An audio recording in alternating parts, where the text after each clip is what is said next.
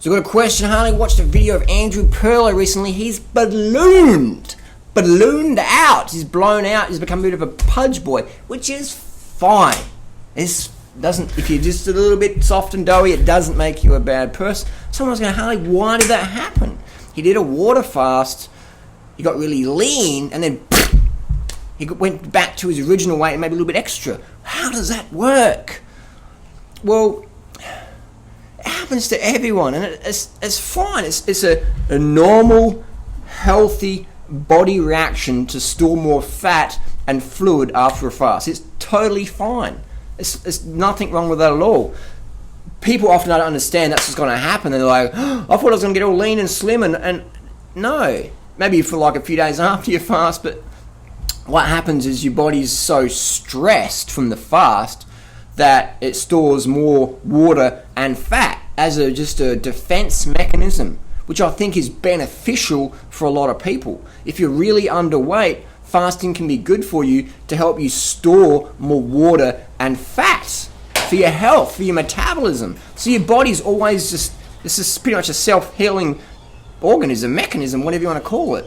It's going to do its best thing for itself. So if you put it in a condition where you'd starve of food for a week or 10 weeks or 21 days or 30 days or whatever, then your body's going to go, okay, we've got to become a fat storer.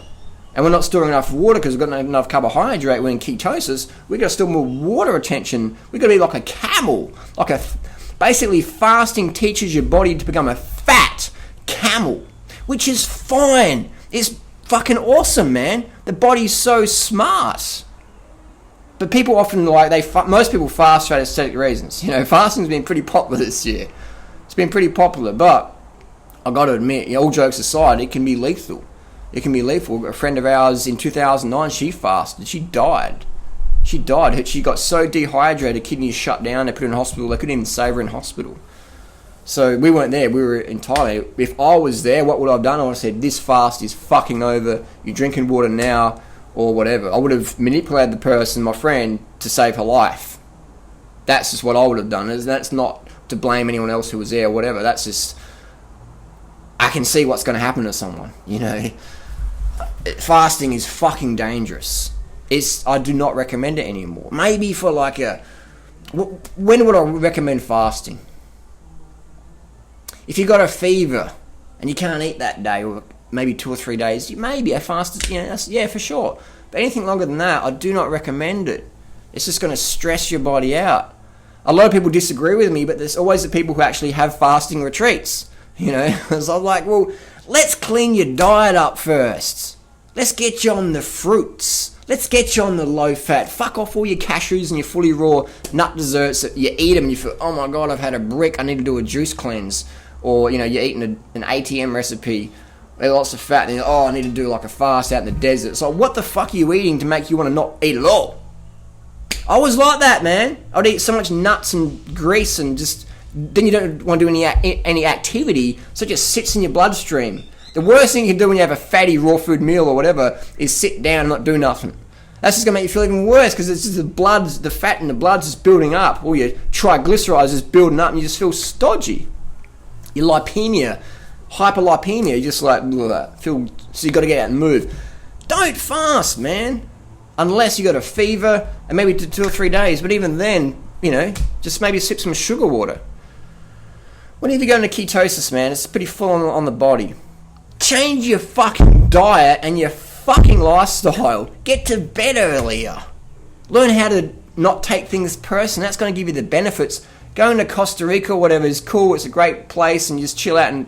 But that's the real benefit, is people get out of their stress job and then they go to Doug's retreat or whatever and they have just like time out. And that's awesome. It's not the absence of food. That doesn't do shit other than stress yourself. But just that sensory rest. That's one thing I learned from Doug, was sensory rest. But most people go to the fasting retreat, they're fucking on their mobiles, Facebook. Oh my God, what's happening? That's not fasting, man. That's stressing. So if you want to have a fast, don't do a fast. Clean your diet. Maybe have a break off the internet for a bit.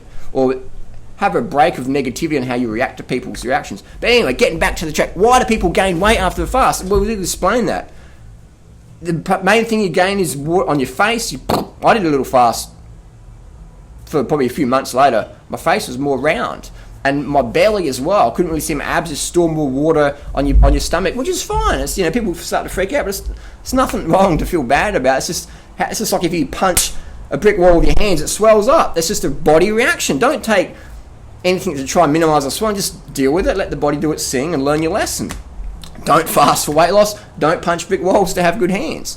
Simple as that. So, but people often... It's funny, people will they'll spend 10 grand on Doug's Retreat or 12 grand or whatever it costs, then spend more time on off work. So it's like $20,000 all up most of the time, flights here and there. And then they gain the weight back. And they're like, oh, I gained the weight because I decided to listen to your advice, doing right and freely. It's like, no, you fucking didn't, because look at us, man. We walk our fucking talk. We're lean as fuck. We eat our vegan pizzas on camera or eat our baked potatoes or 30 banana smoothies with fucking 500 grams of sugar in there. We do it on camera, man. We're walking our talk. We're lean. We ain't fasting. We ain't skipping meals. We're not doing crazy training all year round. We eat well for many, many, many, many years. Freely regrets fasting. It gave her metabolic damage. She battled with her weight for quite a while afterwards. Everyone who fasts shortly after gains the weight. Think about it. Or juice fasting. Even Christina or Megan or Perlo or whoever. Everyone who does a fast, even Grant, who's really lean guy, as lean as me. I remember seeing after his fast, his face was like out here, and he wasn't as lean as he normally is. But after a few years, all that metabolic damage all healed up, and he's very lean again now. So, and he was eating clean. So it's a good example. Even if you're eating clean like Grant, he's very, very clean, very pure. But after his fast, so I don't recommend fasting for weight loss. If you've got some health issue, maybe, but 99.9% of people go, yeah, I'm going to get really lean. And you are. But you're going to rebound, man. You're going to fucking rebound. You're going to give yourself metabolic damage. So, and people go to hospital. I've had friends that go to hospital as well. And luckily they fucking went to hospital because they got put on a blood transfusion, or they get given a drip, or their potassium's really low, or their sodium's really low, or they're just done. So the hospital can save their life. Unfortunately, my friend V didn't get to hospital in time, so she was too late. So, Doug needs to be giving people blood tests. My opinion, this is my opinion. I've been to Doug's Retreat. I think it was great venue. I learned a lot. I learned that I don't really want to fast, man, because it just takes people fucking a year to recover or so.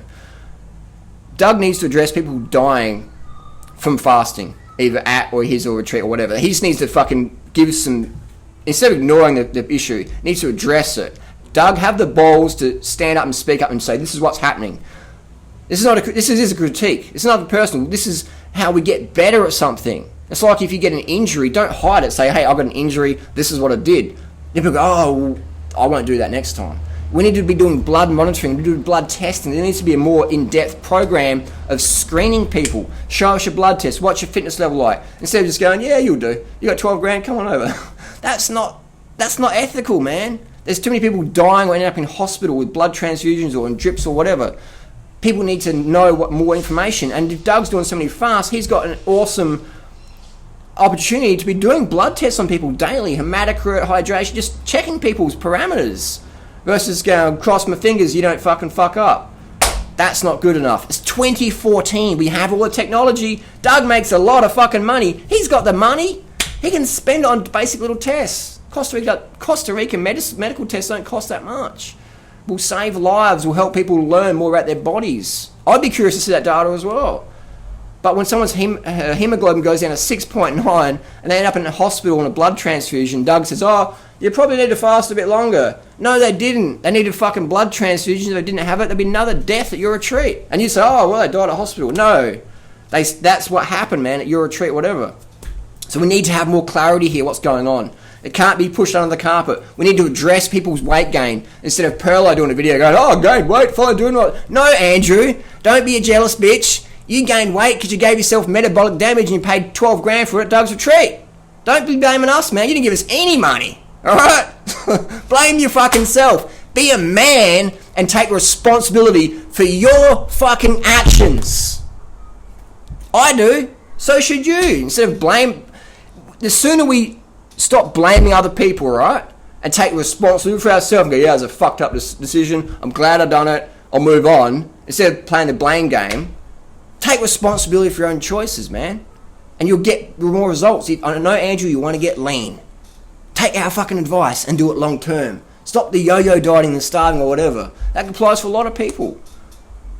We genuinely want to help people, man.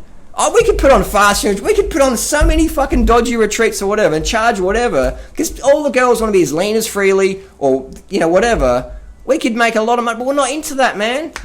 We're into getting people get real results. We're the cheapest fuckers out there. You got to get our book of $30 or whatever. All the information's there. Come to the fucking Thai festival, man. It's all free info. If you want to heal metabolic damage, come over to our festival and learn some more tips. It's free, man. We don't have any fucking financial bias. You want to upload our YouTube videos and make money on that? Fucking do it. We don't give a fuck. We want to help people.